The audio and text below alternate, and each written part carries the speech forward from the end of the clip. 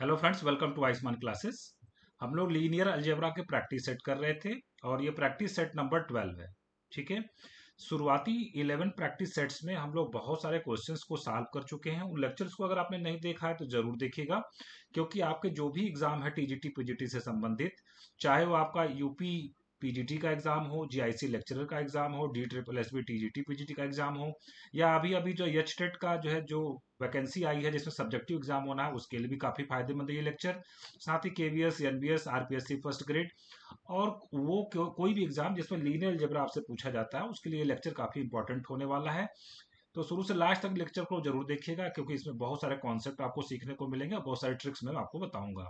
Previous lectures को अगर आपने नहीं देखा है तो उसका लिंक मैं वीडियो के नीचे डिस्क्रिप्शन बॉक्स में दे दूंगा। इन लेक्चर्स को जरूर देखिएगा, क्योंकि अगर आप CSIR नेट वगैरह की भी तैयारी कर रहे हैं, या गेट की तैयारी कर रहे हैं, IIT जैम की तैयारी कर रहे हैं, CUT PG की एंट्रेंस की तैयारी कर रहे हैं, तो उन सारे एग्जाम्स के लिए भी ये लेक्चर काफी महत्वपूर्ण होने वाला है। साथ ही साथ अगर टीजीटी पीजीटी से संबंधित कोई कोर्सेज अगर आप परचेज करना चाहते हैं तो प्ले स्टोर से आयुष्मान क्लासेस ऐप आप डाउनलोड कर लीजिए। ये इसका लोगो है। इसको डाउनलोड करके आप जो वहां से अपने स्टेट से संबंधित या केवीएस एनवीएस से संबंधित टीजीटी पीजीटी के कोर्सेज परचेज कर सकते हैं। अगर आप मेरे टेलीग्राम ग्रुप या व्हाट्सएप ग्रुप में जुड़ना चाहते हैं तो उसका भी लिंक वीडियो के नीचे डिस्क्रिप्शन बॉक्स में दिया गया, वहां से जुड़ सकते हैं। वीडियो अगर पसंद आए तो एक लाइक का बटन दबाना नहीं भूलेगा। अपने दोस्तों के साथ इसको जरूर शेयर करिएगा। चलिए स्टार्ट करते हैं आज का लेक्चर। तो आज हम लोग स्टार्ट करेंगे क्वेश्चन नंबर 126 से। प्रैक्टिस सेट नंबर ये कौन सा है? प्रैक्टिस सेट नंबर 12 है। ठीक है। तो हम लोग 1 से लेकर 125 तक के क्वेश्चंस को सॉल्व कर चुके हैं। आज हम लोग 126 से स्टार्ट करेंगे। कहा जा रहा, let I denote the 4x4 identity matrix if the roots of the characteristic polynomial of a 4x4 matrix are plus minus under root 1 plus minus under root 5 divided by 2, then m to the power 8 is equal to what? Question IIT Jain 2018 में पूछा गया है। अब देखिए, इसमें दो तीन बातें गौर करने लायक है।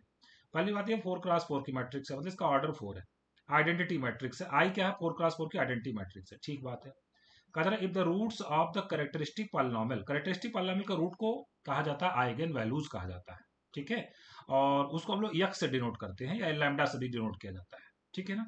कह रहा कि वो क्या है? Plus minus. अब देखिए, इसमें कुल मिला के 4 वैल्यूज एक्स की दी गई हैं, है ना। 4 वैल्यूज हैं। मैं भी फिलहाल लिख देता हूं कि एक्स इज इक्वल टू कितना लिखा हुआ? प्लस माइनस और under root 1 plus minus root 5/2। चूंकि 4/4 की मैट्रिक्स है तो 4 आइगन वैल्यूज आएंगी। तो यहाँ पे प्लस माइनस कर दिया है तो 2 वैल्यूज तो यही हो जाएंगी। भीतर भी प्लस माइनस किया है, मतलब 4 वैल्यूज हैं कुल एक्स की। ठीक है। तो आपसे पूछा जा रहा है m टू द पावर 8 की वैल्यू क्या होगी। अब देखिए, बहुत सिंपल सी बात है। अगर हम इसका स्क्वायर कर दें तो एक्स स्क्वायर मिलेगा। एक्स स्क्वायर करने से बाहर वाला जो प्लस माइनस है वो हट जाएगा। ठीक है। और साथ ही साथ अंडर रूट हट जाएगा। क्या मिलेगा? 1 plus minus under root 5 divided by 2 मिल जाएगा। ठीक है। 2 को मैं अगर लेफ्ट में मल्टीप्लाई कर दूं तो मिल जाएगा 2x square minus 1 is equal to plus minus root 5। अब फिर से अगर हम दोनों तरफ स्क्वायर कर दें तो ये प्लस माइनस हट जाएगा। तो क्या मिलेगा हमको? 2x स्क्वायर माइनस 1 का whole square is equal to, यहाँ से राइट हैंड साइड में हमें 5 मिल जाएगा। ठीक है। तो स्क्वायर ओपन करते हैं तो क्या मिल जाएगा हमें? 4x to the power 4 plus 1 minus 4x square is equal to क्या मिल जाएगा? 5 मिल जाएगा। मतलब क्या हो जाएगा ये? 4x square minus 4x square 1 minus 5 कितना जाएगा? -4 इज इक्वल टू 0। तो यहाँ से अगर मैं 4 से डिवाइड कर दूं तो x square is equal to हो जाएगा हमारे पास x square plus 1, sorry x to the power 4, x to the power 4 is equal to हमारे पास हो जाएगा x square plus 1। X to the power 4 is equal to x square plus 1 हो जाएगा। ठीक है। अब देखिए, एक्स टू द पावर 4 दिया गया, मैं एक्स टू द पावर 8 निकाल लेता हूँ। ठीक है। तो एक्स टू द पावर 8 का मतलब दोनों तरफ स्क्वायर करना पड़ेगा।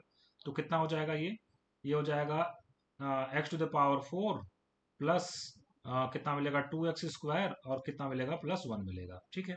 और एक्स टू द पावर 4 की वैल्यू मैं इक्वेशन नंबर 1 से इक्वेशन नंबर 2 में पुट कर देता हूँ। एक्स टू द पावर 4 कितना? X square plus 1। तो यहाँ पे मैं लिख दूँ अगर एक्स स्क्वायर प्लस 1 और फिर से 2x स्क्वायर प्लस 1, तो ये कुल मिला के हमारे पास आ जाएगा 3x स्क्वायर प्लस 2 आ जाएगा। और लेफ्ट हैंड साइड में आ गया एक्स टू द पावर 8 आ गया। अब मालूम है आपको ये क्या आया हुआ है? ये कैरेक्टरिस्टिक इक्वेशन आया हुआ है। और जो केली हैमिल्टन थ्योरम है वो ये कहता है कि कोई भी मैट्रिक्स से जो है वो अपने कैरेक्टरिस्टिक इक्वेशन को भी सेटिस्फाई करेगी। मतलब यहाँ पे अगर x यहाँ पे हम यम रख दें, कितना हो जाएगा? m to the power 8 is equal to, जहां जहां m x है वहां पे मुझे m रखना है, और जहां पे 1 होगा वहां पे मैं आइडेंटिटी रख दूंगा। तो 3m² और प्लस कितना हो जाएगा 2i हो जाएगा। m to the power 8 is equal to 3m² plus 2i के साथ जो हमारा सी ऑप्शन हो क्या हो जाएगा, करेक्ट हो जाएगा। ठीक है, आगे बढ़ते हैं। क्वेश्चन नंबर 127 का जरा set of eigen values of which one of the following matrix is not equal to the set of eigen values of 1 2 4 3। तो कहने का मतलब ये हुआ जो ये गिवन मैट्रिक्स है उसकी हम लोग आइगन वैल्यूज निकालेंगे और उसकी आइगन वैल्यूज निकालने के बाद ये जो ऑप्शंस दिए गए हैं मैट्रिक्स उसकी आइगन वैल्यूज निकालेंगे। तो 3 मैट्रिक्स ऐसी है जिसकी आइगन वैल्यूज मैच करेगी गिवन मैट्रिक्स के साथ और एक ऐसा होगा जिसकी आइगन वैल्यूज मैच नहीं करेगी। क्वेश्चन ये IIT जम 2019 में पूछा गया है। ठीक है, तो जो पहले गिवन मैट्रिक्स है वो क्या है, हमें गिवन मैट्रिक्स है 1 2 4 3 1 2 4 3 2 बाई 2 की मैट्रिक्स है। तो इसकी आइगन वैल्यूज निकालना हम जानते हैं, कैसे जानते हैं, x² minus trace of A कितना है 3 + 1 इज इक्वल टू कितना हो गया 4, x² माइनस 4x और प्लस डिटर्मिनेंट ऑफ ए कैसे निकालेंगे 3 - 6 मतलब कितना हो जाएगा 3 - 6 मतलब -3। ठीक है ना, 3 - 8 है ना, 3 - 8 का मतलब -5, 3 - 8 का मतलब -5 इज इक्वल टू कितना होगा 0। ठीक है, थोड़ा ढंग से लिखते हैं इसको, x² माइनस 4x और -5 इज इक्वल टू 0। इसका फैक्टर अगर हम लोग करें तो x² minus 5x plus x और -5 इज इक्वल टू 0। यहाँ से अगर हम x कॉमन कर लें, ठीक है, x अगर हम लोग कॉमन कर लें तो क्या मिलेगा हमें x - 5 और यहाँ से +1 कॉमन कर लेंगे तो हमें क्या मिलेगा x - 5 इज इक्वल टू 0। तो यहाँ से मुझे मिल जाएगा x इज इक्वल टू 5 और x इज इक्वल टू -1। इसका मतलब जो गिवन मैट्रिक्स है उसकी आइगन वैल्यूज 5 और -1 है। अब चलिए ऑप्शंस को चेक करते हैं। पहले ऑप्शन की बात कर लेते हैं 1 4 2 3। ठीक है, ऑप्शन ए का अगर मैं बनाऊं करेक्टरिस्टिक इक्वेशन बनाने जाऊं पहली मैट्रिक्स का, उसकी आइगन वैल्यूज हमें निकालनी पड़ेगी। x² minus trace of A कितना है 3 + 1, ट्रेस ऑफ ए कितना हो गया 4। ठीक है, x और प्लस डिटर्मिनेंट ऑफ ए 3 - 6 मतलब -5 इज इक्वल टू 0। ये तो जो देखिए यहाँ पे जो हम लोग बनाए थे करेक्टरिस्टिक इक्वेशन बनाए थे ना x² minus 4x minus 5 is equal to 0, ये दोनों मैचिंग कर गया। इसका मतलब इनकी आइगन वैल्यूज सेम है। हमें चाहिए कौन सी मैट्रिक्स ऐसी है जिसकी आइगन वैल्यूज गिवन मैट्रिक्स से मैच नहीं करेगी। फिलहाल ये ऑप्शन मेरे काम का नहीं है। चलिए बी ऑप्शन की बात कर लेते हैं, उसमें करेक्टरिस्टिक इक्वेशन बनाते हैं। x² माइनस ट्रेस ऑफ ए निकालेंगे 3 + 1 कितना हो जाएगा 4x और डिटर्मिनेंट निकालेंगे 3 - 8 -5 इज इक्वल टू 0। फिर से करेक्टरिस्टिक पॉलिनोमियल सेम मिल गया मतलब आइगन वैल्यूज सेम मिलेंगी। इसका मतलब बी ऑप्शन भी हमारा इनकरेक्ट है। सी ऑप्शन की बात कर लेते हैं। सी में हम लोग निकाल लेते हैं करेक्टरिस्टिक इक्वेशन, तो x² minus trace of A कितना हो जाएगा 4x और डिटर्मिनेंट कितना हो जाएगा 3 - 8 मतलब -5 इज इक्वल टू 0। फिर से करेक्टरिस्टिक इक्वेशन सेम मिला मतलब इसकी भी आइगन वैल्यूज मैच करेंगी। इसका मतलब डी ऑप्शन करेक्ट हो जाएगा। अब चाहे तो डी ऑप्शन भी चेक कर लीजिए। x² minus trace of A कितना होगा 6x, डिटर्मिनेंट कितना होगा 8 - 3 मतलब 5 इज इक्वल टू 0। इस बार करेक्टरिस्टिक पॉलिनोमियल जो करेक्टरिस्टिक इक्वेशन है वो अलग बना, इसका मतलब इसके आइगन वैल्यूज डिफरेंट आएंगे। तो डी ऑप्शन हमारा क्या हो जाएगा, करेक्ट हो जाएगा। बढ़ते हैं नेक्स्ट क्वेश्चन की तरफ, क्वेश्चन नंबर 128। ठीक है, क्वेश्चन देखिए क्या कहा जा रहा है। क्वेश्चन नंबर 128 में एक मैट्रिक्स दी गई है और कहा जा रहा है then the value of determinant of 8i minus m का whole cube is equal to what. Question JAM 2020 में पूछा गया है। अब देखिए इस मैट्रिक्स में डिटर्मिनेंट मुझे निकालना किसका 8i माइनस m का होल क्यूब। अगर ऐसे मैनुअली हम कैलकुलेट करने लगेंगे इसमें काफी टाइम लगेगा। अब इस मैट्रिक्स को आप गौर से देखिए, इस मैट्रिक्स को अगर आप गौर से देखेंगे तो ये मैट्रिक्स आपकी कैसी है, अपर ट्रायंगुलर मैट्रिक्स है। ठीक है, क्योंकि डायगोनल के नीचे के सारे एलिमेंट 0 है। नहीं, एक चीज मुझे और देखना पड़ेगा, यहाँ पे 9 7 11 एक मिनट 9 2 7 1 0 7 2 -1 0 9। ठीक है, तो ये अपर ट्रायंगुलर मैट्रिक्स तो नहीं है ना, क्योंकि नीचे एक -5 बच जाएगा। ठीक है ना, -5 बच जाएगा। इसका मतलब मुझे क्या इसका निकालना पड़ेगा, इसका डायरेक्ट हम लोग नहीं निकाल पाएंगे इसको। ठीक है, तो क्या करेंगे इसको, m इज इक्वल टू मैं लिख लेता हूँ, m इज इक्वल टू आ गया हमारे पास 9। ठीक है, 9 2 7 1। ठीक है, 9 2 7 1 और सेकंड रो में क्या है, सेकंड रो हमारे पास है 0 7 2 1। थर्ड रो हमारे पास है 0 0 11 6 0 0 11 6 और फोर्थ रो हमारे पास क्या है 0 0 -5 0। ठीक है, तो फिलहाल ये अपर ट्रायंगुलर मैट्रिक्स नहीं है, क्योंकि इसमें एक प्रॉब्लम ये है कि वो डायगोनल के नीचे हमारे पास एक -5 मिल गया है। तो कोई दूसरा तरीका हमको इसको लगाना पड़ेगा। अब देखिए उसके लिए हम लोग क्या मेथड लगा सकते हैं कि अगर मैं यहाँ पे अगर एक ऐसे लाइन में खींचू यहाँ पे, ठीक है, और 2 रो के बाद खींचा तो 2 कॉलम के बाद भी खींच देते हैं। तो यहाँ पे कुल मिलाकर 4 मैट्रिसेस बन गई। एक इस मैट्रिक्स का नाम देते हैं A, 2x2 की मैट्रिक्स है। इसका नाम हो गया B, इसका नाम हो गया C, इसका नाम हो गया D। मतलब ये जो गिवन मैट्रिक्स है M, वो किस तरीके की मैट्रिक्स है? ये मैट्रिक्स है A, B, ठीक है, और यहाँ पे हम लिख देते हैं C को, चाहे तो जीरो मैट्रिक्स लिख दीजिए, कोई दिक्कत नहीं। यहाँ पे मैं सीधे जीरो ही लिख देता हूँ, ठीक है, और यहाँ पे मैं C लिख देता हूँ, ठीक है। एक ऐसी मैट्रिक्स है A, B, और यहाँ पे है जीरो और यहाँ पे C है। जब भी इस तरीके की मैट्रिक्स अगर आपको मिले तो इसकी आइगन वैल्यूज हम लोग आसानी से निकाल सकते हैं। उसका निकालने का तरीका क्या होगा? आइगन वैल्यूज ऑफ M, है ना, eigen values of M, eigen values of M is equal to eigen values of A and eigen values of C। Eigen values of A comma C। A की eigen values आप निकाल लीजिए matrix की, C की eigen values निकाल लीजिए। तो दो, चूंकि A हमारा जो 2x2 की मैट्रिक्स है, C भी हमारा 2x2 की मैट्रिक्स है, कुल मिला के 4 आइगन वैल्यूज मिलेंगी और वही M की आइगन वैल्यूज हो जाएंगी, ठीक है। तो A मैट्रिक्स पहले मैं यहाँ पे लिख लेता हूँ। A मैट्रिक्स हमारे पास कितना है? 9207, ठीक है। तो इसकी आइगन वैल्यूज तो हम लोग डायरेक्ट ही बता सकते हैं, इसमें कोई दिक्कत वाली बात नहीं है, क्योंकि ये अपर ट्रायंगुलर मैट्रिक्स है, तो जो डायगोनल एलिमेंट है वही हमारी आइगन वैल्यूज हो जाएंगी। तो इसका मतलब आइगन वैल्यूज आप ए कितनी हो गई? 9 और 7 हो गया। सी की आइगन वैल्यूज निकालते हैं। तो सी हमारे मैट्रिक्स क्या है? सी को एक बार जरा यहाँ पे लिख लेता हूं मैं। सी हमारे पास है 11, 6, -5 और 0, ठीक है। तो इस मैट्रिक्स के अगर आइगन वैल्यूज की अगर हम लोग बात करें तो इसकी आइगन वैल्यूज हमारे पास कितनी आ जाएंगी? इसको निकालना पड़ेगा। यहाँ पर हम लोग निकाल लेते हैं x square minus trace of A, trace of A कितना है? 11 into x plus determinant of A कितना आ जाएगा? 30, ठीक है, इज इक्वल टू 0। ये कितना आ जाएगा? X minus 6, x minus 5 is equal to 0। तो यहाँ से कितना आ जाएगा? एक्स इज इक्वल टू कितना आ जाएगा? 5 और 6 हो जाएगा। इसकी आइगन वैल्यूज क्या मिल गई हमको? 5 और 6 मिल गई। तो यहाँ पे 9, 7 और 5 और 6, ये किसकी आइगन वैल्यूज आ गई? एम की आइगन वैल्यूज आ गई, ठीक है।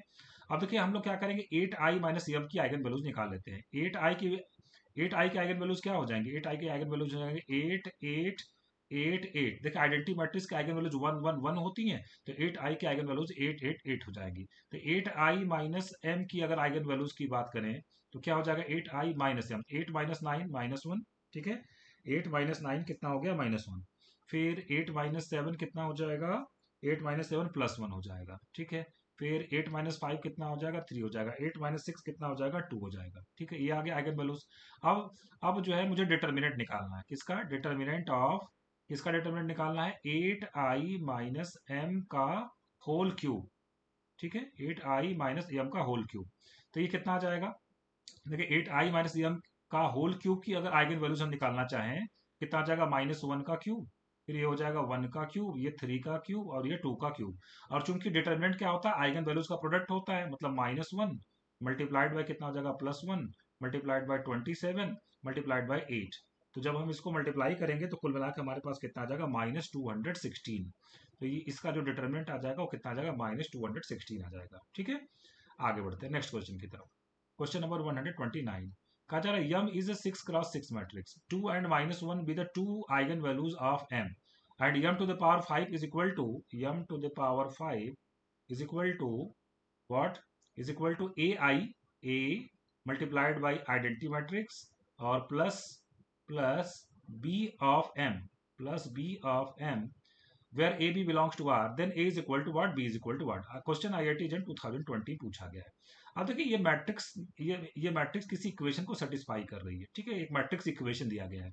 अब देखिए होता क्या है, जो आइगन वैल्यूज होती हैं, मतलब एक्स की जो वैल्यूज होती हैं, या हम ऐसे कह दें, जो अभी हम लोग कैरेक्टरिस्टिक इक्वेशन बनाते हैं, जो भी हम लोग क्या बनाते हैं? कैरेक्टरिस्टिक इक्वेशन बनाते हैं या कैरेक्टरिस्टिक पॉलिनोमियल बनाते हैं, उसको मैट्रिक्स क्या करती है? सेटिस्फाई करती है। जैसे मैं अगर कहूँ कैरेक्टरिस्टिक पॉलिनोमियल कितना है किसी मैट्रिक्स का? एक्स स्क्वायर प्लस 1 है किसी मैट्रिक्स ए का, इसका मतलब एक्स यहाँ पे ए रखने पे 0 आएगा, मतलब A square plus I is equal to कितना आएगा? 0 आएगा। इसको हम लोग केली हैमिल्टन थ्योरम कहते हैं। तो यहाँ पे उल्टा दिया गया है, A square plus I is equal to something is equal to 0 दिया गया है। इसका मतलब ये हो गया कि इसको जो x है इस इक्वेशन को क्या करेगा? सेटिस्फाई करेगा। जहां जहां m है वहां पे मैं x रख दूंगा जहां जहां पे m है वहां पे मैं x रख दूंगा, और जहां पे आइडेंटिटी मैट्रिक्स है वहां पे मैं 1 रख दूंगा। ठीक है, तो क्या बन जाएगा, x to the power 5 is equal to a plus b x. ये बन गया हमारा कैरेक्टरिस्टिक इक्वेशन। ये हमारा क्या बन गया, कैरेक्टरिस्टिक इक्वेशन बन गया। ठीक है, आप देखिए कैरेक्टरिस्टिक इक्वेशन मतलब यही से आइगन वैल्यूज आती हैं। इन्होंने कहा कि 2 और -1 इसकी आइगन वैल्यूज हैं। इसका मतलब x इज इक्वल टू 2 और x इज इक्वल टू -1 रखने पे इक्वेशन सेटिस्फाई होना चाहिए। तो सबसे पहले मैं x इज इक्वल टू 2 रख देता हूँ। तो 2 रख दूंगा अगर x इज इक्वल टू 2, तो कितना आ जाएगा 32 is equal to a plus 2b हो गया। ठीक है, इसको मैंने बोल दिया इक्वेशन नंबर 1। और एक बार मैं रख देता हूँ x is equal to -1। x is equal to -1 अगर रख दें तो कितना आ जाएगा, -1 is equal to a minus b बन जाएगा। ये आ गया इक्वेशन नंबर 2। इक्वेशन नंबर 2 से a की वैल्यू कितनी हो जाएगी, ये हो जाएगी b-1। ठीक है, इसको थर्ड इक्वेशन बोल देता हूँ, और ये a की वैल्यू इक्वेशन नंबर 1 में पुट कर देता हूँ। तो क्या मिलेगा, 32 इज इक्वल टू a की वैल्यू हो गई b-1 और प्लस कितना हो गया 2b। तो कुल मिला के 33 इज इक्वल टू 3b। यहाँ से b इज इक्वल टू कितना आ जाएगा, 11 आ जाएगा।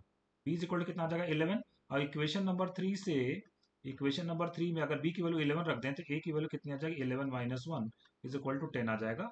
मतलब a इज इक्वल टू 10 और b इज इक्वल टू 11 इसका करेक्ट आंसर हो जाएगा। तो ए ऑप्शन हमारा क्या हो जाएगा, करेक्ट हो जाएगा। बढ़ते हैं नेक्स्ट क्वेश्चन की तरफ। Question number 130। कहा जा रहा है कि let A is equal to, एक मैट्रिक्स दी गई है, and B is equal to, matrix कैसे तैयार की गई है, ए की पावर 5 प्लस ए की power 4 plus identity matrix. Which of the following is not the eigen values of B.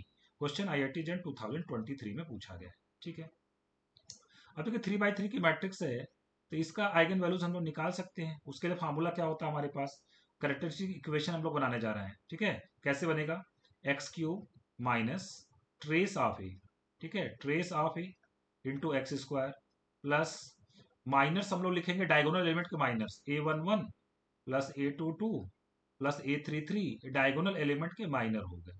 और बगल में क्या लिखना है, x, और minus determinant of a is equal to 0। ये इससे क्या बनेगा, कैरेक्टरिस्टिक इक्वेशन बनेगा। कितना हो जाएगा, x³ minus trace of a की बात करें तो ट्रेस क्या होता है, डायगोनल एलिमेंट का सम होता है। तो 2 + 1 कितना हो जाएगा, 3। यहाँ पर 3x²। और जो डायगोनल एलिमेंट है उसके माइनस अगर हम लोग निकालने जाएं तो क्या क्या मिलेगा हमको, हमको मिलेगा 0।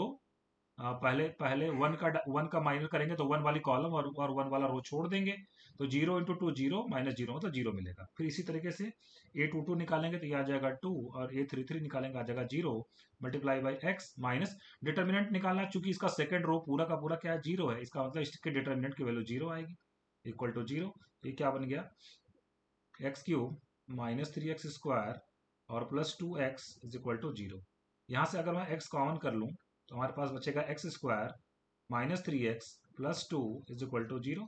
थोड़ा और फैक्टराइज करें अगर हम लोग इसको, तो x और ये कितना आ जाएगा, x-1 x-2 इसके फैक्टर हो जाएंगे, x-1 x-2 is equal to 0। तो क्या मिल गई, ए की आइगन वैल्यूज क्या क्या मिल गई, मतलब x इज इक्वल टू क्या क्या आ गया, 0 1 और 2 आ गया। इसका मतलब ए की आइगन वैल्यूज आ चुकी हैं। ए की आइगन वैल्यूज क्या क्या आ गए, 0 1 और 2। अब देखिए यहाँ पे मुझे निकालना पड़ेगा ए की पावर 5 की आइगन वैल्यूज।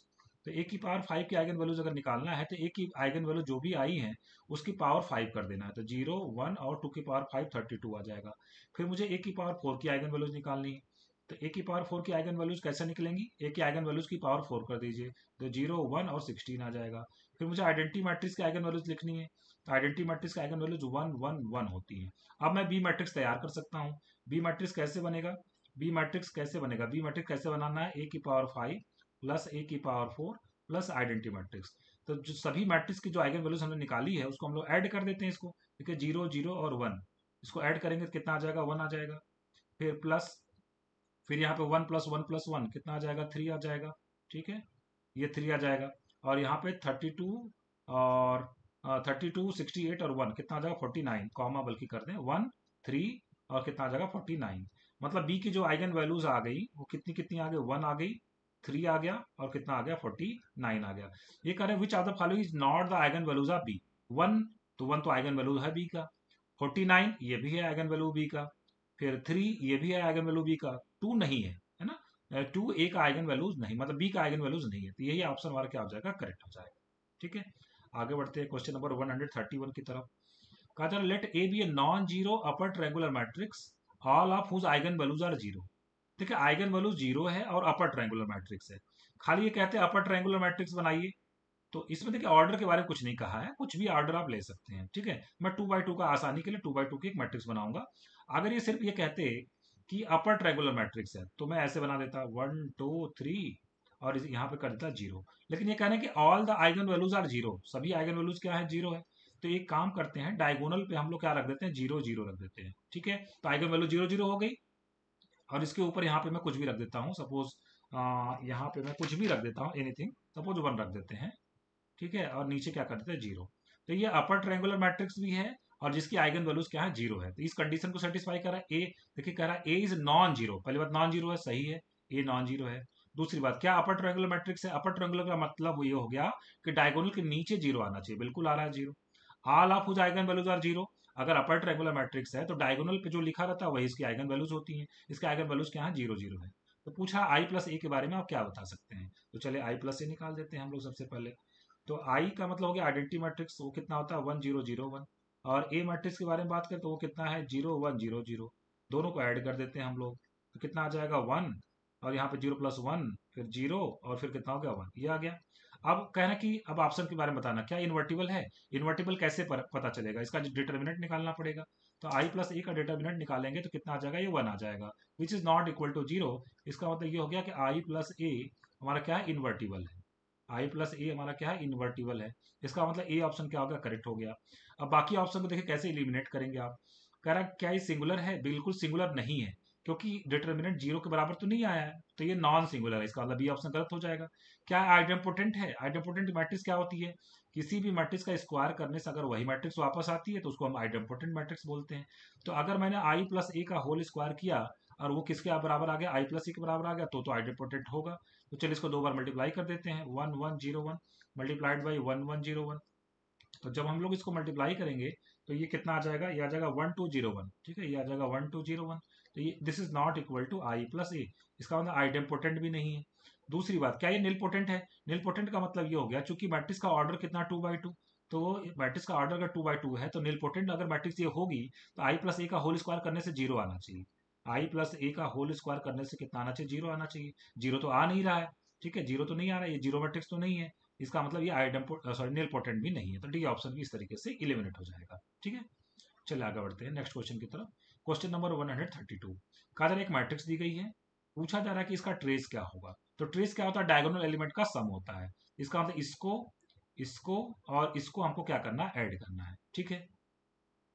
अब देखिए एक चीज आपको मालूम होना चाहिए कि क्यूब रूट ऑफ यूनिटी क्या होता है, ठीक है, ये आपको मालूम होना चाहिए, क्यूब रूट्स ऑफ यूनिटी, है ना। 11th 12th क्लास में पढ़ाया जाए, कॉम्प्लेक्स नंबर 11th क्लास में पढ़ाया जाए तो वहीं पे बात आती है क्यूब रूट्स ऑफ यूनिटी। मतलब 1 का अगर हम लोग क्यूब रूट निकालें तो क्या क्या आएगा, ये आता है 1 ओमेगा और ओमेगा स्क्वायर, जहां पे ओमेगा की वैल्यू होती है -1 प्लस √3 आयोटा बाई 2 और ओमेगा स्क्वायर की वैल्यू होती है -1 माइनस √3 आयोटा बाई 2। और ये कौन सी प्रॉपर्टी को सेटिस्फाई करते हैं, 1 plus omega square is equal to 0 और omega cube is equal to 1 होता है, ठीक है। तो अगर आप ध्यान से देख रहे होंगे तो ये ओमेगा है हमारा लिखा हुआ है और ये क्या लिखा हुआ, ओमेगा स्क्वायर लिखा हुआ है। तो हमें निकालना ट्रेस, देन ट्रेस ऑफ किसका, ए की पावर 102। और चूंकि ये मैट्रिक्स लोअर ट्रायंगुलर मैट्रिक्स है तो इसकी आइगन वैल्यूज हम बता सकते हैं। ए की आइगन वैल्यूज क्या क्या है, ए की आइगन वैल्यूज है 1 ओमेगा और ओमेगा स्क्वायर, ठीक है। इसके बाद अगर हम लोग ए की पावर 102 की आइगन वैल्यूज निकालना चाहें तो ए की पावर 102 का मतलब 1 की पावर 102 मतलब 1 आएगा, ओमेगा की पावर 102 आ जाएगा और ओमेगा की पावर 102 इंटू 2 मतलब कितना आ जाएगा, 204 आ जाएगा। आप देखिए ओमेगा क्यूब 1 होता है तो 1 से अगर मैं डिवाइड कर दूं, सॉरी 3, ओमेगा क्यूब 1 होता है, 3 से डिवाइड कर दें तो ये तो 3 का मल्टीपल ही है, तो ये कितना आ जाएगा, 1 आ जाएगा, ठीक है। और इसको 204 भी 3 से डिवाइड करें तो ये भी मल्टीपल ही है ना, तो इसकी भी वैल्यू कितनी आ जाएगी, 1 आ जाएगी। देखिए बहुत आसान है, ओमेगा की पावर 102 लिखना है तो इसको मैं लिख सकता हूँ ओमेगा क्यूब की पावर 3 3 जा 9 3 4 जा 12, इतना लिख सकता हूँ। और ओमेगा क्यूब 1 होता है तो 1 की पावर 34 इज इक्वल टू 1 आ जाएगा, ठीक है। तो ये 1 1 1 आ गया, ए की पावर 102 की आइगन वैल्यूज 1 1 1 आ गई। अब इसका ट्रेस पूछा जा रहा है, ठीक है, ट्रेस ऑफ ए की पावर 102। तो ट्रेस क्या होता है, आइगन वैल्यूज का सम होता है, 1 प्लस 1 प्लस 1 कुल मिला कितना आ जाएगा, 3 आ जाएगा। कौन सा ऑप्शन करेक्ट हो जाएगा, बी ऑप्शन करेक्ट हो जाएगा। बढ़ते हैं नेक्स्ट क्वेश्चन की तरफ, क्वेश्चन नंबर 133। कहा जा रहा है कि eigen values of real skew symmetric matrix are is equal to what. देखिए स्क्यू रियल और स्क्यू सिमेट्रिक मैट्रिक्स की जो आइगन वैल्यूज होती हैं वो क्या होती है, प्योरली इमेजिनरी या क्या होती हैं, जीरो होती हैं। इस तरीके से इसका डी ऑप्शन क्या हो जाएगा, करेक्ट हो जाएगा। ठीक है, तो डायरेक्ट रिजल्ट है, इसमें कुछ ज्यादा एक्सप्लेन करने की आवश्यकता नहीं है। बढ़ते हैं क्वेश्चन नंबर 134 की तरफ। कहा जा रहा है A is A 3x3 matrix whose eigen values, A की आइगन वैल्यूज दी गई हैं कितनी, 1 -1 और 0। तो पूछ रहे then the determinant of I plus A की पावर 100, मतलब एक matrix banana I plus A की पावर 100, इसका डिटर्मिनेंट क्या होगा। तो देखिए पहले मैं ए की पावर 100 की आइगन वैल्यूज निकाल लेता हूँ। तो क्या करना पड़ेगा, 1 की पावर 100 जो कि 1 आएगा, -1 की पावर 100 वो भी 1 आएगा, 0 की पावर 100 0 आएगा।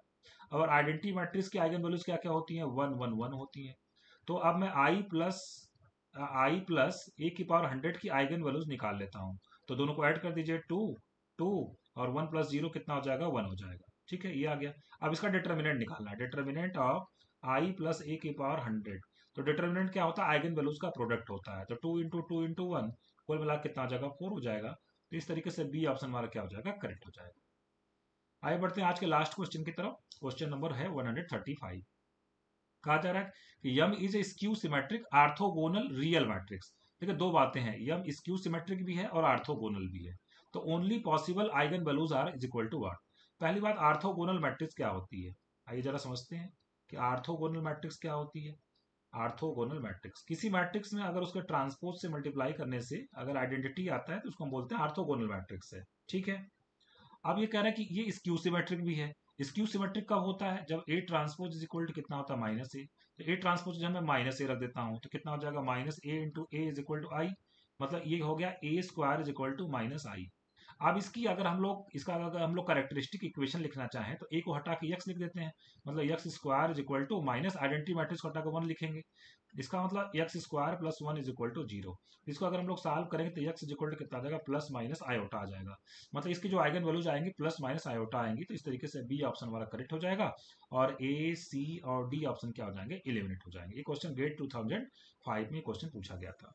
तो फ्रेंड्स आज के लेक्चर को मैं यही पे समाप्त कर रहा हूँ। होप सो ये क्वेश्चंस जो मैंने आपको बताए ये आपको अच्छे लगे होंगे, इसका एक्सप्लेनेशन आपको अच्छे समझ में आया होगा। और जो भी आपके वैल्यूएबल कमेंट्स हो, सुझाव हो, उसको अपने कमेंट बॉक्स में आप लिखकर जरूर बताइए। मिलते हैं फिर से नेक्स्ट लेक्चर में नई चीज़ों के साथ। Thank you very much.